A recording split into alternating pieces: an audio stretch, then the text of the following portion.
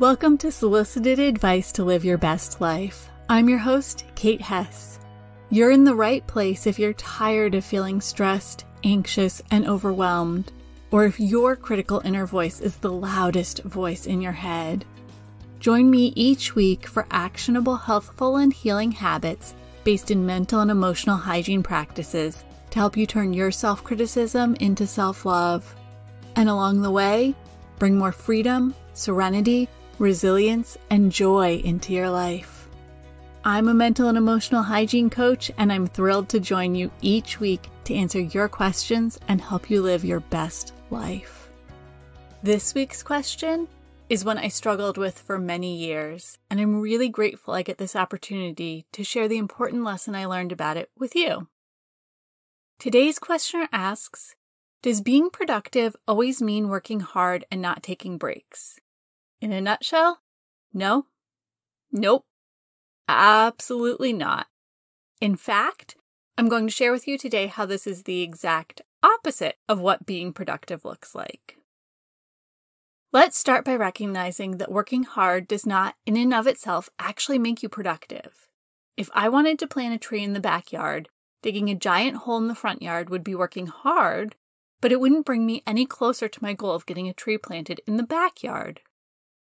And in fact, that version of working hard would actually leave me so tired I wouldn't have the energy to actually be productive on digging a hole in the backyard where I needed one. You might be thinking, of course that isn't productive, Kate, but I wouldn't dig a hole in the front yard when I needed a hole in the backyard. But the truth is, we do the equivalent of that all the time. When I was married to my first husband, I used to make a pasta bake almost every week. It was an easy recipe I could toss together with leftover bits and bobs from other meals. And it was always a little different based on the ingredients I used. But one day, my then husband declared he no longer wanted any repeat meals. And that meant pasta bake was out. The easy meal, which used up leftover ingredients and prevented waste, was abandoned. And instead, I spent hours each week finding new recipes, hunting down sometimes obscure ingredients, and cooking something different each day, all while working 40 to 50 hours each week. The end result? We got fed. Were the unique meals any more nutritious than a pasta bake? Probably not. Did it take more time and energy to get them on the table? Absolutely. Did I have that time and energy to spare? Nope. But did I have poor boundaries and a rampant need to keep the peace, which led to me taking on this extra work? Yep. Is there a middle ground I could have proposed? Of course. We could have tried 1 or 2 meals a week and still had a few easy go-to standby meals. But instead, I created a lot of extra work for myself without being any more productive. Take a moment and think about where in your life you're creating extra work. Maybe like me, it's being driven by people-pleasing and poor boundaries. Maybe you have other stories, fears, and beliefs which fuel your need to create extra work for yourself.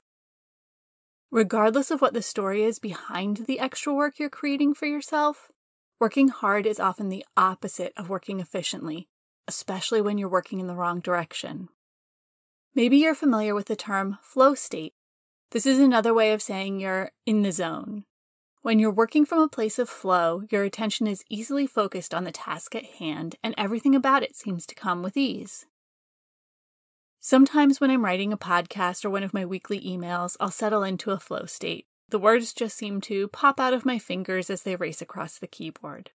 And the content I write when I'm in a state of flow, it's usually some of my best. But sometimes I sit down to write and I'm in the opposite of flow. I can't keep my mind focused on the topic. I use the backspace button more than I do any other key. And the content I create from this place of struggle, it often ends up never seeing the light of day. The copy, and sometimes the entire topic, is abandoned because in reading it, I can feel the struggle it took to write it. I've learned when I'm in that state of struggle to take a few minutes and check in with myself. I ask myself 2 questions. First, do I need a break? And second, is this topic just not resonating with me? Let's break those questions down. First, do I need a break? Maybe I slept poorly the night before, or I'm over hungry, or I've been sitting at the computer all day and my body is getting stiff. You might remember me mentioning productive procrastination in a past episode. This would be a great time to employ it. If you find you're struggling to focus on the task at hand, take a moment and think about what your body and mind might need to reset and refresh. For example, if you've been sitting at a desk all day, it might be walking a document to a colleague or throwing in a load of laundry if you're working from home. I'll include a link in the show notes to a blog post which gives you all the details on how to get started with productive procrastination. Next, consider if what you're focused on just isn't resonating with you. Sometimes the topic I'm trying to write about feels forced or awkward. It isn't something I would normally talk about, or it's not something I feel particularly passionate about or interested in. Or maybe it's something I'm not feeling confident enough in my own mastery of to offer advice to anyone else. Maybe you're engaged in a task or project that just isn't aligned with your unique priorities and values. Or perhaps it isn't a case of misalignment, but rather it simply isn't the right fit right now. For instance, you might find it strange if you tried to put up Halloween decorations in March. Similarly, you might simply not be in the right personal or natural season for a particular project or task. In episode 8 of the podcast, we dove into the stress myth and debunked the belief that stress makes you more productive. Quick recap. When you get stressed, the logic and reasoning centers in your brain go offline. That means anything that requires clear thinking becomes so much harder when you're stressed. What that also means is when you take time to rest and shift out of a state of stress, those parts of your brain come back online and your mental processes are at their most efficient. In the context of today's question, when you don't take breaks, you're actually operating from a place of reduced mental capacity.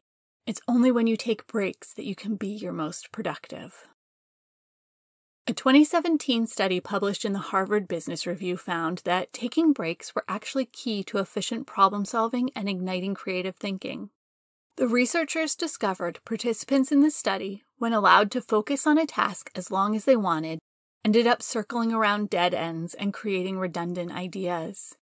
However, participants who were instructed to take breaks at regular intervals were actually able to solve problems faster and create more novel ideas.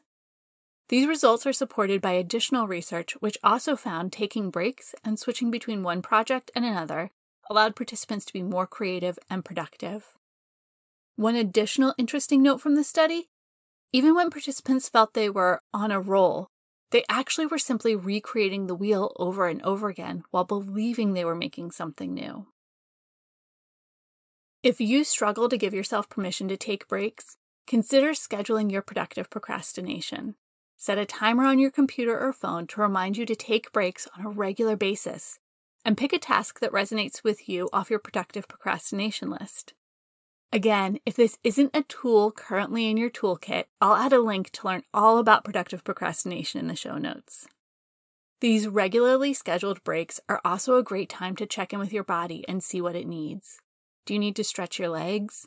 Are you hungry or thirsty? Do you need to use the bathroom? As someone who used to sit with legs crossed trying to get something finished before rushing to the bathroom, I can guarantee you'll be more productive if you take a break to take care of your body's needs. In episode 16 of the podcast, we talked about the impact of decision fatigue on your ability to be productive. As we've seen, working hard often means spinning your wheels and generating more of the same over and over again. And with decision-making being a depletable resource, as you approach decision fatigue, each decision you make becomes harder and harder. This is another great example of when we make things more difficult by working harder and not taking breaks to restore. A great tool to help you reduce the impact of decision fatigue is learning to communicate and work with your intuition. If you're interested in learning more, check out my Intuition 101 course. Podcast listeners save 25% with code PODCAST. I'll add a link to learn more and register in the show notes. Finally, let's talk about burnout. Picture an old-fashioned kerosene lamp, the kind with a fuel reservoir and a knob which turns the wick up and down, allowing you to control the size of the flame. If you never refill the fuel in the lamp, eventually the wick will run dry, and no matter how hard you try, you won't be able to keep the lamp lit. The same thing happens to us. When we try to work continuously without taking any breaks to refill our reservoir, we become burnt out. And burnout is a slippery slope leading to illness, disorder, and disease. And in reference to today's question, if you're burnt out or on your way to it, you simply won't have the resources you need to actually be productive. This is yet another way that working hard without taking breaks makes you less productive, not more. If you're not sure what burnout looks like or if you might be experiencing it, I'll add a link to a blog post where I cover 7 signs you're suffering from burnout in the show notes. You can prevent burnout or recover from it by replenishing your mental, physical, and emotional energy reserves faster than you spend them. That means taking breaks to rest and restore. I know I say this a lot, but because we aren't cookie-cutter humans, what you need to restore is going to be as unique as you are.